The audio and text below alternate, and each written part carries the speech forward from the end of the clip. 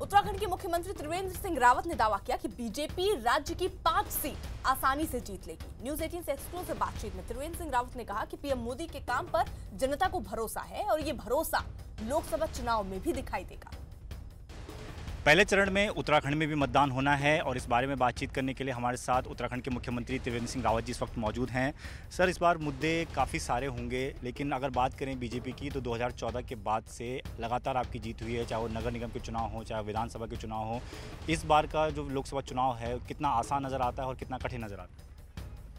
देखिए, चुनाव कभी आसान नहीं होता है और आसान मानकर चलना भी नहीं चाहिए, लेकिन ये बात ठीक है कि आज भारतीय जनता पार्टी ने उत्तराखंड में बहुत लंबी लीड ले ली है। चाहे कार्यकर्ताओं की जो एनर्जाइज करने वाला मसला होगा या जनसंपर्क का मसला होगा, जनसभाओं के माध्यम से होगा, प्रचार प्रसार है, हर दृष्टि भारतीय जनता पार्टी आज बहुत आगे बढ़ गई है और इसलिए कांग्रेस कहीं नज़र नहीं आ रही है।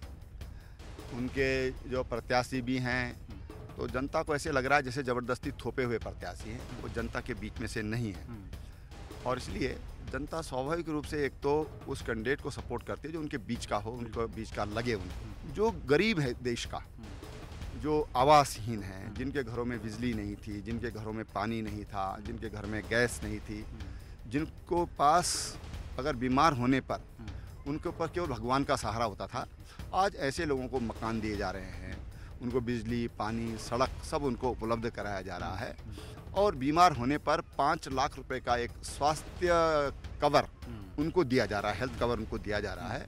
तो हर आदमी को लगता है कि मैं सुरक्षित हूँ। उस गरीब को भी लगता है कि आज मेरे को ऐसा कुछ हो जाए तो मैं भी किसी अच्छे अस्पताल में जाके इलाज करा सकता हूँ, तो अपने आप को सुरक्षित महसूस करता है और एक संतुष्टि का भाव होता है सरकार के प्रति, वो संतुष्टि के भाव उसके मन में है और इसलिए तमाम जो तबका है वो आज मोदी जी के नाम पर मुखर होकर के उनका समर्थन कर रहा है।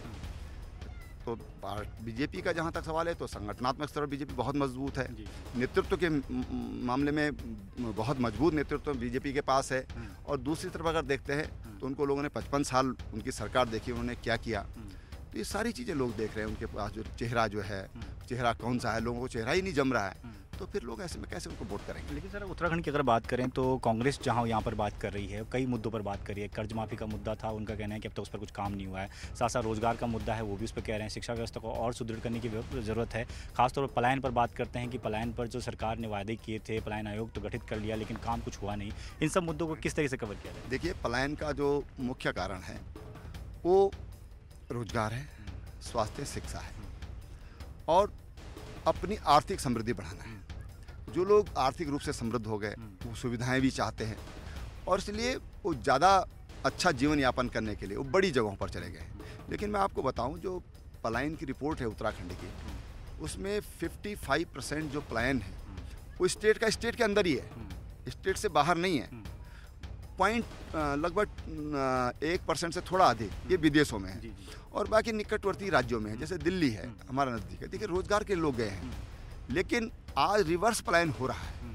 जो होम स्टे योजना हमने अपने राज्य में प्रारंभ की है, जो ग्रोथ सेंटर की हमने प्रारंभ की है, जो हमने पाइन नीडल पॉलिसी जो हम लाए हैं, जो हम सोलर के लिए जो हम नई पॉलिसी लाए हैं कि लोग अपने खेतों में जहाँ खेती नहीं कर रहे हैं, खेती लाभकारी नहीं हो रही है, तो उन खेतों में सोलर पैनल लगा करके बिजली पैदा करें और उस बिजली को सेल करें।